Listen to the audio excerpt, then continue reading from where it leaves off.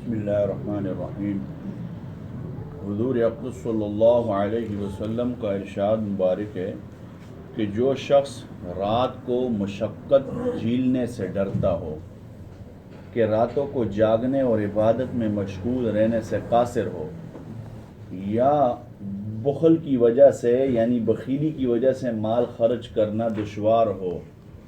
بخیلی کہتے ہیں جس طرح ہم کہتے ہیں نا کہ بالکل بندہ شوم ہے، شوم آدمی جس کو کہتے ہیں، یا بزدلی کی وجہ سے جہاد کی ہمت نہ پڑتی ہو، اس کو چاہیے کہ سبحان اللہ و بحمدہ کثرت سے پڑھا کرے کہ اللہ کے نزدیک یہ کلام پہاڑ کے بقدر سونا خرچ کرنے سے بھی زیادہ محبوب ہے۔ حضور اقدس صلی اللہ علیہ وسلم کا ارشاد مبارک ہے کہ جو شخص رات کو مشقت جھیلنے سے ڈرتا ہو، کہ راتوں کو جاگنے اور عبادت میں مشغول رہنے سے قاصر ہو، یا بخل کی وجہ سے مال خرچ کرنا دشوار ہو، یا بزدلی کی وجہ سے جہاد کی ہمت نہ پڑتی ہو، اس کو چاہیے کہ سبحان اللہ و بحمدہ کثرت سے پڑھا کرے کہ اللہ تعالی شانو کے نزدیک یہ کلام پہاڑ کے بقدر سونا خرچ کرنے سے بھی زیادہ محبوب ہے۔ کس قدر اللہ کا فضل ہے کہ ہر قسم کی مشقت سے بچنے کے لیے بھی فضائل اور درجات کا دروازہ بند نہیں فرمایا۔ راتوں کو نہیں جاگا جاتا، کنجوسی کی وجہ سے پیسہ خرچ نہیں ہوتا، بزدلی اور کم ہمتی سے جہاد جیسا مبارک عمل نہیں ہوتا۔ اب آپ دیکھیں آج تقریباً وہی حالات ہیں، سارے کے سارے تقریباً وہی حالات ہیں۔ اب دیکھیں راتوں کو جاگنا، راتوں کو کیا جاگے گے، ہم فرض نماز ہی نہیں پڑھتے جی، راتوں کو جاگنا تو دور کی بات ہے، فرض نماز ہی کم از کم پڑھ لے تو بھی بڑی بات ہے۔ کنجوسی سے پیسہ خرچ نہیں ہوتا جی، خراب جگہوں میں غلط جگہوں میں لاکھوں خرچ کر لیں گے، لیکن کوئی دروازے کے ساتھ غریب رہ رہا ہو نا تو اس کے گھر میں ایک وقت کا کھانا بھیجنا ہمارے لیے موت ہوتی ہے۔ یا گاؤں کے اندر یا جو ہے محلے کے اندر کوئی رہ رہا ہو، کوئی دینی کاموں کے اندر جو ہے ایسا ہو تو پھر مشکل ہو جاتا ہے۔ بزدلی اور کم ہمتی سے جہاد جیسا مبارک عمل بھی نہ ہوتا ہو۔ ایک تو بزدلی کی وجہ سے، ایک ہے بزدلی، ایک ہے کم ہمتی۔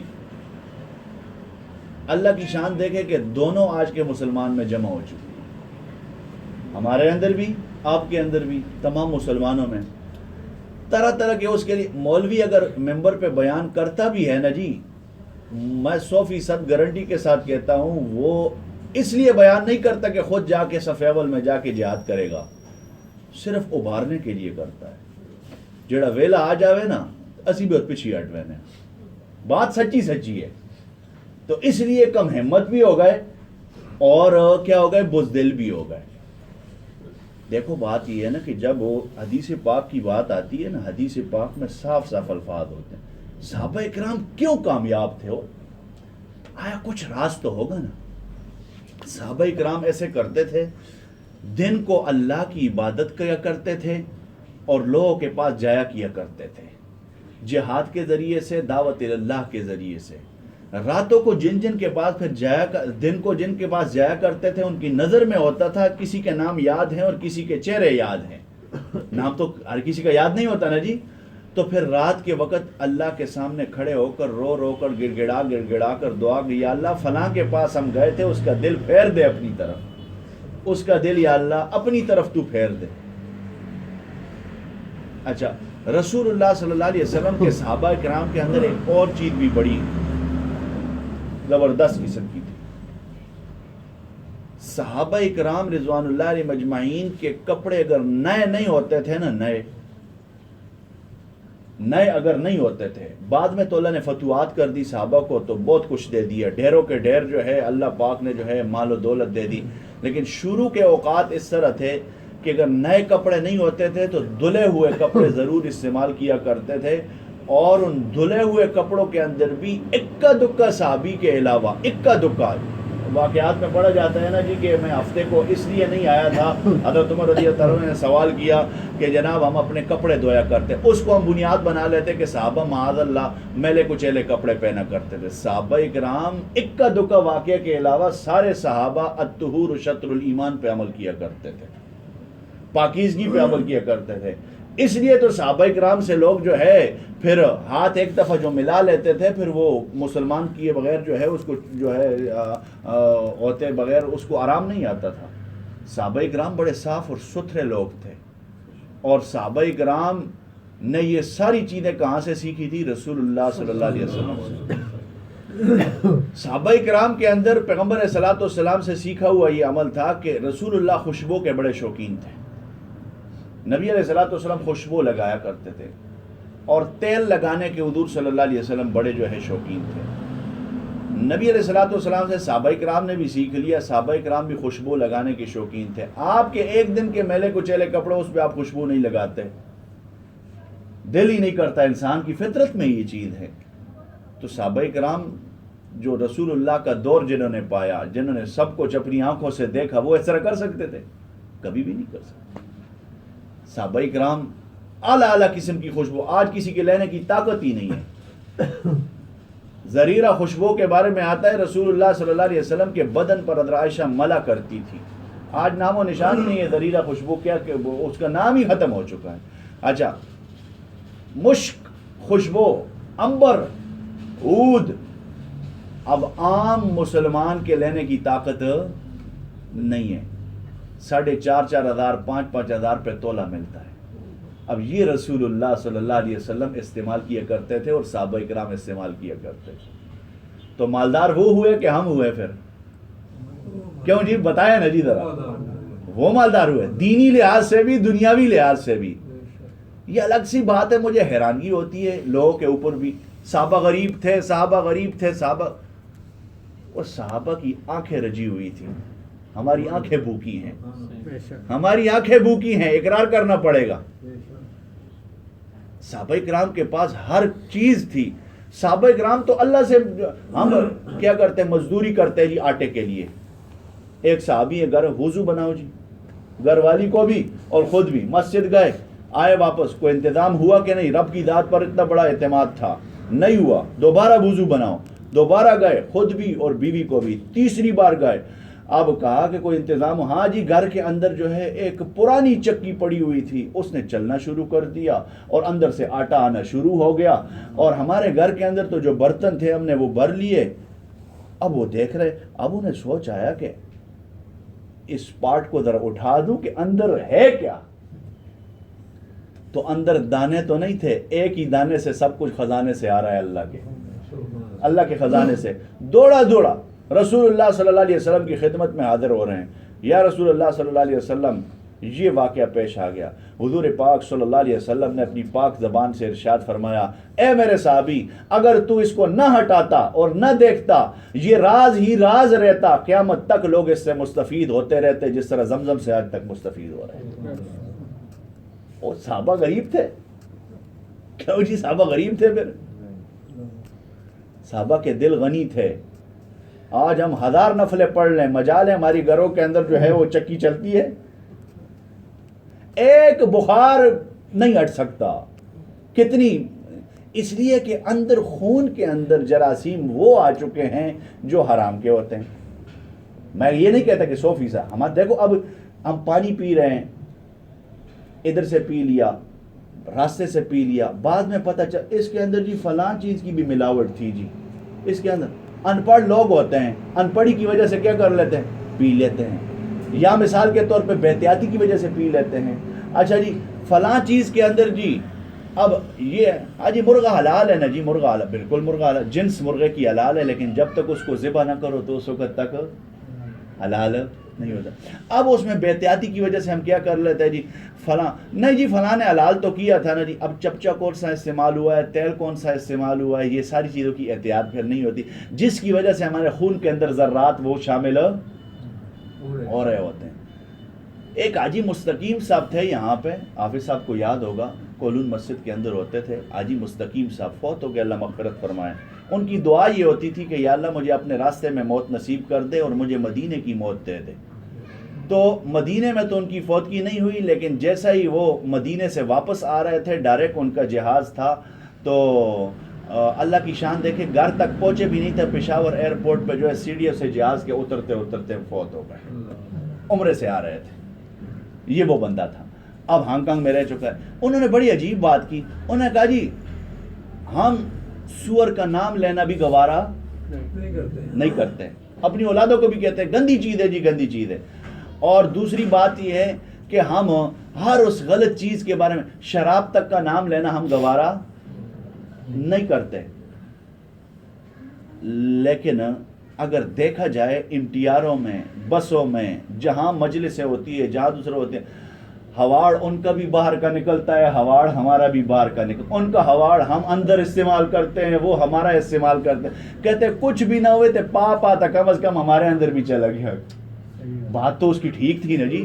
ہاں میں نے کہا نہیں جی شریعت نے اس کی اجازت دی ہے. میں نے کہا شریعت نے کہا کوئی بات نہیں ہے. آپ کہتے ہیں نہیں جی اگر سوچا جائے تو دیکھو، یہ میں اس بندے کی بات کر رہا ہوں. کہتے جی اگر سوچا جائے، مارکیٹ میں آ رہا ہوں، کہتے وہ میں منگکوک سے پیدل کولون مسجد کی طرف آتا ہوں، کہتے ہیں مارکیٹوں سے گزر کر آ رہا ہوں، میرے چپلوں کو کے ساتھ گندگی لگتی ہے، میرے جو ہے دوسرے، میرے لیے دعا کرو اللہ کرے میرا ویزا نہ لگے. کون بندہ ہے آج تک یہ دعا کرتا ہے میرا ویزا نہ لگے جی؟ اور یہ وہ بندہ تھا جس کے اپنے گھر کے وکیل تھے حاجی گلدار ساغر صاحب جو ہے، ان کی بیٹی اس کے بیٹے کی جو ہے نکاح میں ہے.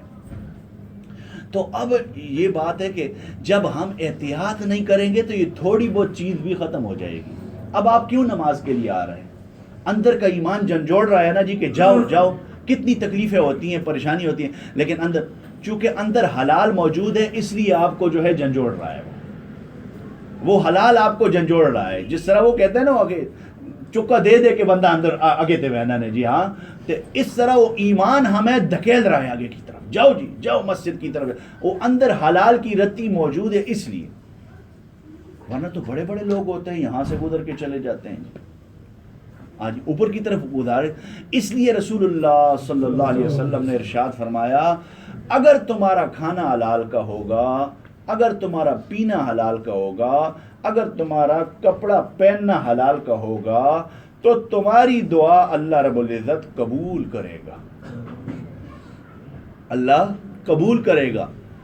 صحابہ کرام میں کوئی بیمار ہو جاتا تھا، رسول اللہ صلی اللہ علیہ وسلم کے زمانے کے اندر ایک حکیم آیا جی، مدینہ منورہ میں ٹھیا لگا دیا اس نے. اب مدینہ منورہ میں ٹھیا جیسے ہی لگا دیا، اب 6 مہینے تک بیچارہ وہاں پہ جو ہے ٹھیا لگائے بیٹھا رہا. اب اس کے پاس کوئی بندہ نہیں جا رہا. اب جیسے ہی بندہ نہیں ہونے کا، بھائی کیا بات ہے آپ لوگ بیمار نہیں ہوتے مدینے والے؟ مدینہ پہلے بیماریوں کی جگہ تھا، یثرب تھا بیماریاں، لیکن جیسے رسول اللہ نے قدم رکھے بیماریاں صحتوں میں تبدیل ہونا شروع ہو گئی. نے کہا آپ لوگ بیمار نہیں ہوتے؟ انہوں نے کہا نہیں، آپ اپنا ٹھیا یہاں سے ہٹا لو. حضور پاک صلی اللہ علیہ وسلم نے ہمیں جو طریقہ سکھایا ہم اس پر عمل کرتے. پیٹ کو 3 حصوں میں تقسیم کر لیتے ہیں. پیٹ کو 3 حصوں میں تقسیم کر لیں. یہ نہیں کہ کاٹ کے تقسیم کر لیتے ہیں، نہیں، پیٹ کو کھانے کے وقت 3 ایک حصہ ہوا کے لیے، ایک حصہ پانی کے لیے، ایک حصہ کھانے کے لیے. اب آپ اس سے اندازہ لگا سکتے ہیں، آپ کھانا کھانے بیٹھ جائے، پانی نہ پئیں، 2 روٹیاں آپ کھا سکتے ہیں تو آپ 2 روٹیوں کو 3 حصوں میں تقسیم کر لیں، ان تیسرا حصہ کھائیں. فرمایا رسول اللہ صلی اللہ علیہ وسلم نے جو اس طرح کرے گا اس کو کبھی بھی بیماری نہیں لگے گی. معدے سے بیماریاں آگے کی طرف جاتی ہیں. لیکن اللہ معاف فرمائے، میں آپ کو کیا کہوں گا، جب ہم بیٹھ جاتے ہیں تو پھر اس وقت اٹھتے ہیں جس وقت جو ہے دسترخوان کو اور جو ہے تھالیوں کو جو ہے جواب دے دیتے ہیں. پھر اس میں ہمیں سنتیں بھی نظر آ جاتی ہے. کہتے جی سنت ہے جی تھالی صاف کر کے نو واقعہ جی. لیکن جتنے فرض پہ خراب ہونا پہ پیٹ کی بیماری لگ گئی ہے یا کوئی اور مصیبت ہو گئی، رسول اللہ صلی اللہ علیہ وسلم تو اس سے منع کر رہے ہیں. پھر نبی علیہ الصلوۃ والسلام نے پہلے پانی پیا، درمیان میں پانی پیا، آخر میں منع تو نہیں کیا لیکن حکماء نے کہا ہے کہ اگر آپ بعد میں پانی پئیں گے تو آپ کا ہاضمہ خراب ہو جائے گا، نقصان ہوگا. تو اس لیے جو ہے اب اگر سنت کے مطابق ہم عمل کرنا شروع کر لیں گے تو میرے خیال پہ ہماری دعائیں اس طرح قبول ہو سکتی ہے جس طرح صحابہ کرام کی قبول ہوئی. نرم نرم بستروں پہ بیٹھو اور اللہ کا ذکر کرو. سبحان اللہ و بحمدہ، سبحان اللہ و بحمدہ، سبحان اللہ العظیم، سبحان اللہ العظیم.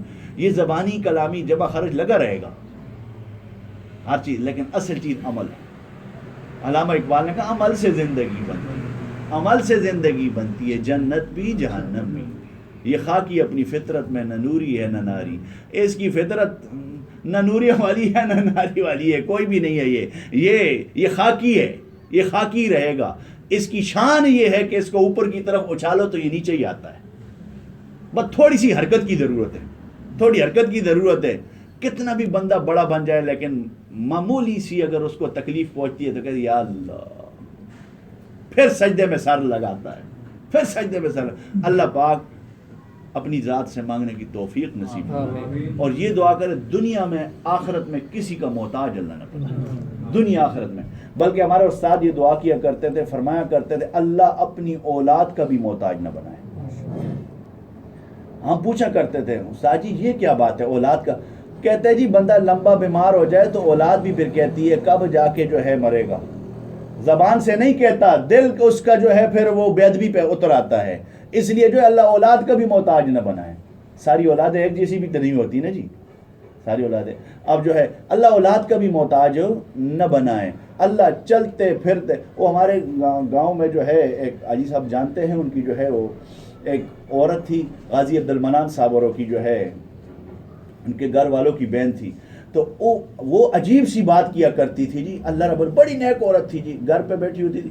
کہتے تھے اللہ پاک موت دیوے ٹرنی پھرنی موت دیوے. اللہ پاک ٹرنی پھرنی موت اللہ پاک دے. رات دن قرآن پڑھا کرتی تھی، رات دن.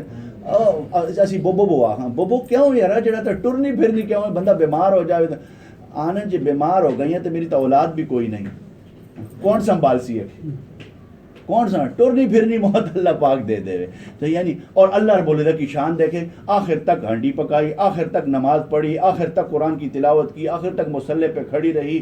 اور جو ہے پھر دیکھا کہ آواز ہوا جی اکی پھوپھی فوت ہو گئی. وہ ایجا کتے ہو سکنا نہیں رہا پھوپھی تو ہی لئی ہے سارے وے کی اکیلے پھوپھی فوت ہو گئی.